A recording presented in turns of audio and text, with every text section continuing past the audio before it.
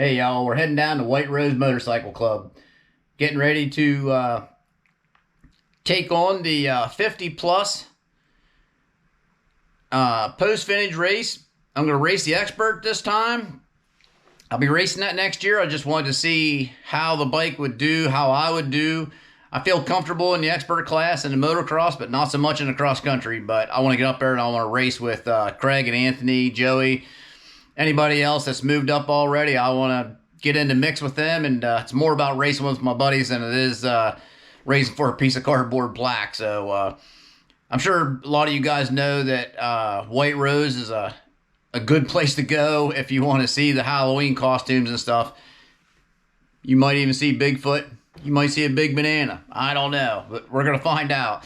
So let's see how this all pans out for me. And it was a fun race. I had a good time. The weather cooperated, and I think you're gonna enjoy it. So sit back and I'll talk to you maybe next weekend, because we got a race coming up called the Gobbler, and I'm gonna take my camera along. If I'm allowed to throw it on the front of my helmet, I'm gonna put it on there, and we're gonna see if we can get some good footage of that. And it should be fun. Indoor motocross track, outdoor motocross track, and cross country all combined for an hour. So this may not be the last race.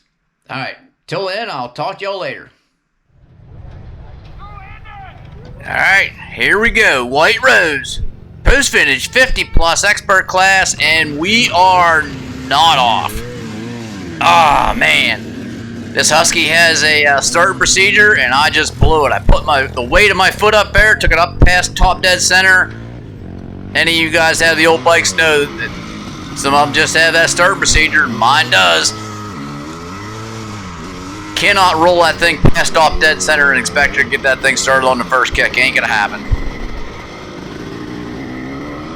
Wait, did I just see Bigfoot? Oh my god, I think I did. Actually, I saw him wandering around on the last lap, and I just edited him in there. I didn't want to let it go till the end. A lot of you guys don't stick around till the end, and I get it. It's a lot of the same old, so unless you're really into the cross-country events, you may not stick it out. But I thought Bigfoot was worth throwing it up toward the front of the video, and it was funny. We had big bananas, we had bumblebees, we had Bigfoot, you name it out there. Now, getting back to what the heck I was doing there on my terrible start, this Husky, you had to have it up on top dead center, just a little bit past. Hit the decompression valve, give her a good swift kick, and then that baby's going to start usually on the first kick. I was sitting there on the line, I was nervous, and what happened was the weight of my foot actually rolled it through, and then I was kind of screwed after that. So I had to bring it around by hand, find it, and then give her a good kick.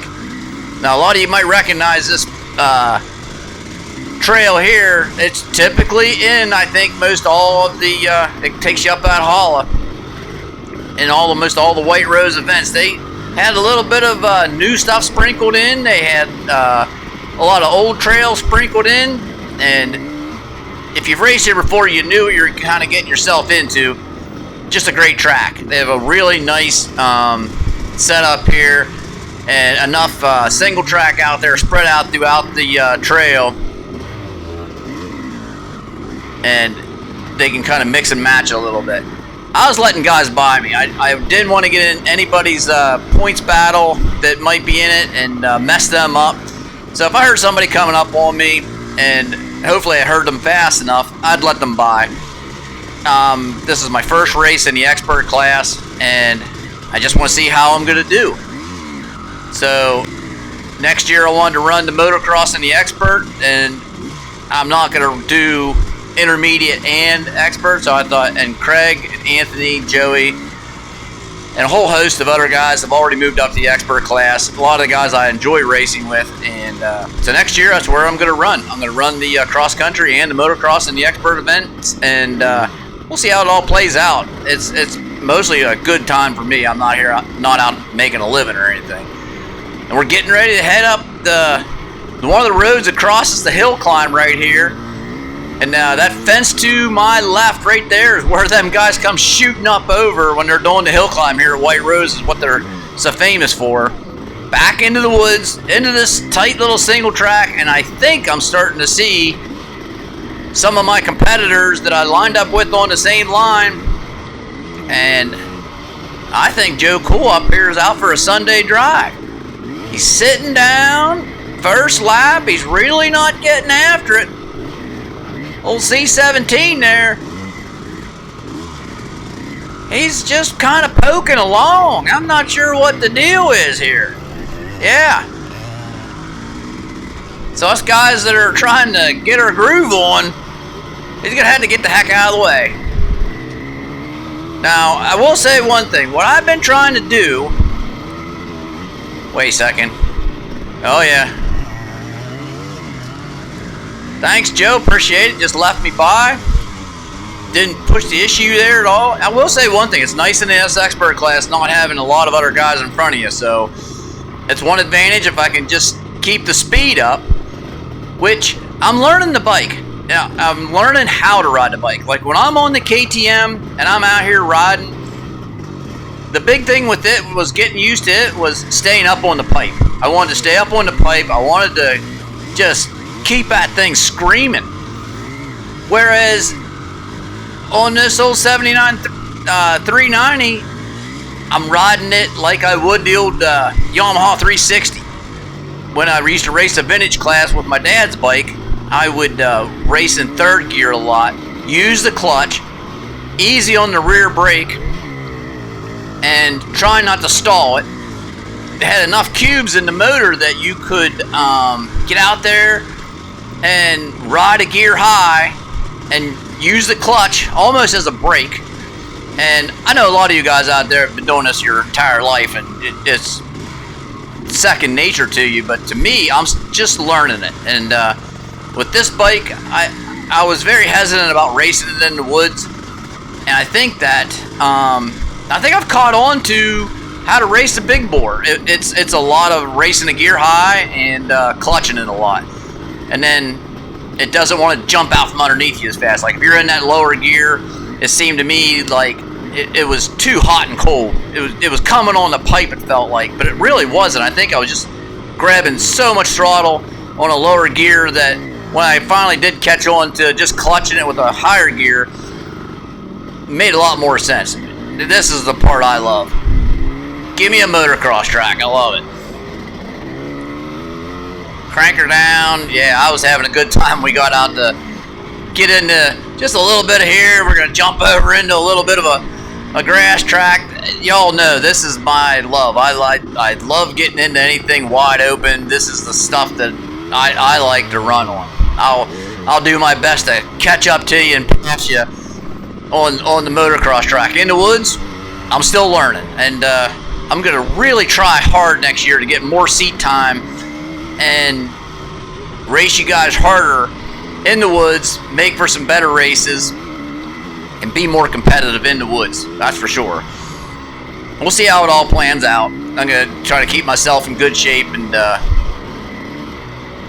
so this is a part of the course that it double backs on itself a lot. You're heading down over a hill slightly. Good single track. Not like bar banging single track, but good stuff. And laid out well. I remember a lot of the track from last year coming down through here, so you could really like get after it good.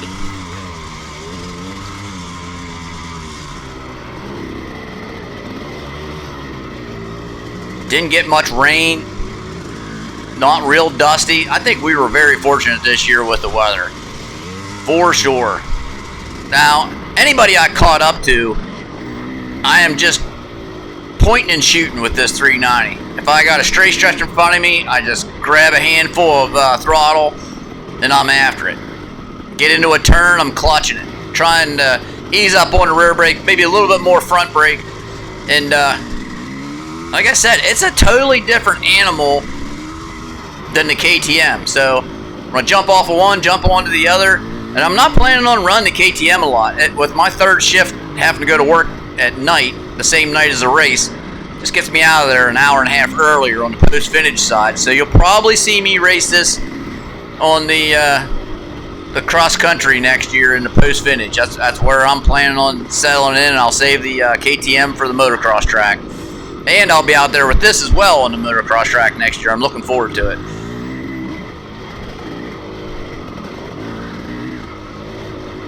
We're going to head down over this hill, and then it's going to double back to the right, and then start heading back up around, making the loop.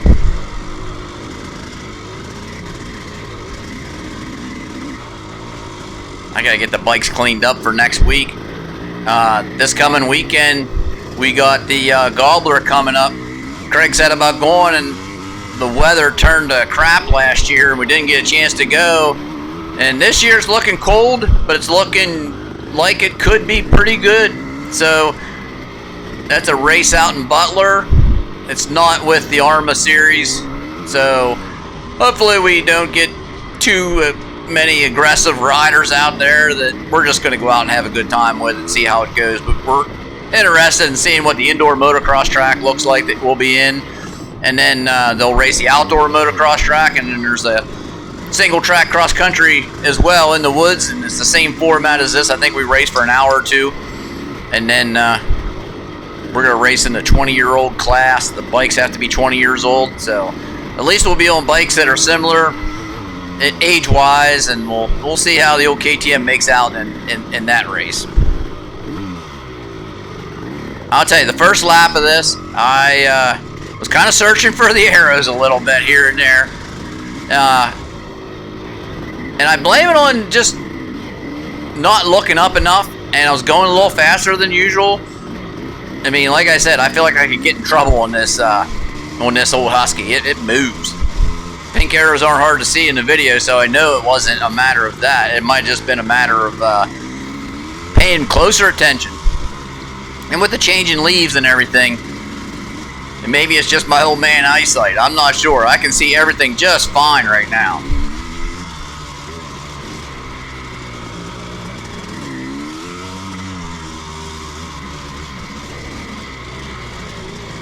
I passed old Joe Cole and them, and I was able to put some ground on them. That's not how she's going to finish up, though. I'll let you know that. If it would have just stayed in the woods here, I think I'd have been fine. But we are going to snake our way out. And they always throw in a little bit of the grass track motocross section, and then there's Ventros in between the motocross track that is pretty tight, and they'll throw them in there. I think you'll see what happens whenever we cross that bridge, but yeah, they're not my favorite by any means, especially on a big old bike like this. And one of the things I'm going to be working on with this CR in the off season is, like, by the second lap, I can hardly feel my hands. It puts my hands to sleep. The vibration is horrible. And so I was talking to a buddy of mine. He was giving me some ideas, possibly weighted bar ends, possibly aluminum bars, possibly rubber mounts, BB inserts, all kind of neat gadgets out there that I'm going to explore. I'm going to try to bring you along in the channel so you can see if this works, doesn't work, and see if we can do some good quality testing on it and see how well it works. I got the back shocks close on this bike, and another buddy of mine, I'm going to have him look at them and see if he can stiffen them up just a little bit more. It's got them Karan, I think, rear shocks on it that came with the bike, and I'm not sure if we're going to change oil, springs, what, I'm not 100%. This is that Ventro I was telling you about.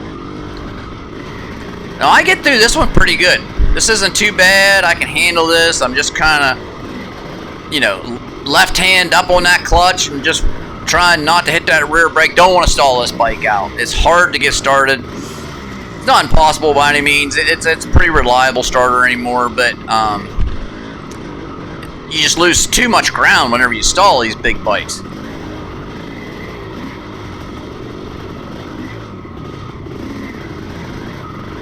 going to come out, and this is going to be that off-camber downhill section. I see somebody behind me. I want to let them by. I can't be for sure who that was. If that was Stanley or if that was Brock Cutschool, I'm not 100%. But, like I said, I don't want to hold anybody up. I don't want to mess anybody's points up. If they need by, we're going to let them by. Now, this section was a little bit tighter. This is coming back the exact same way we just went in the lower fence row.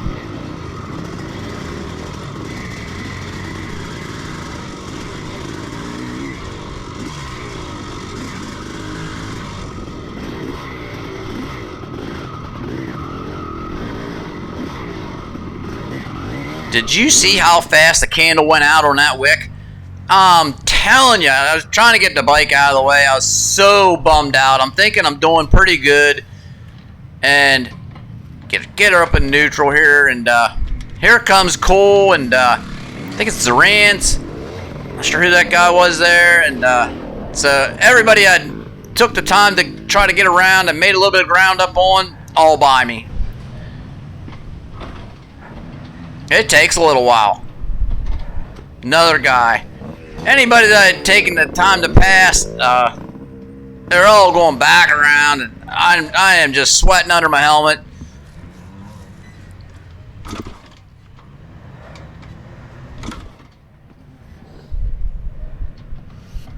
We've all been there.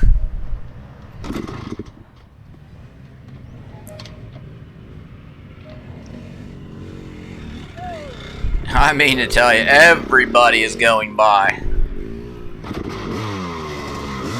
Ah. Alright, finally, get her going.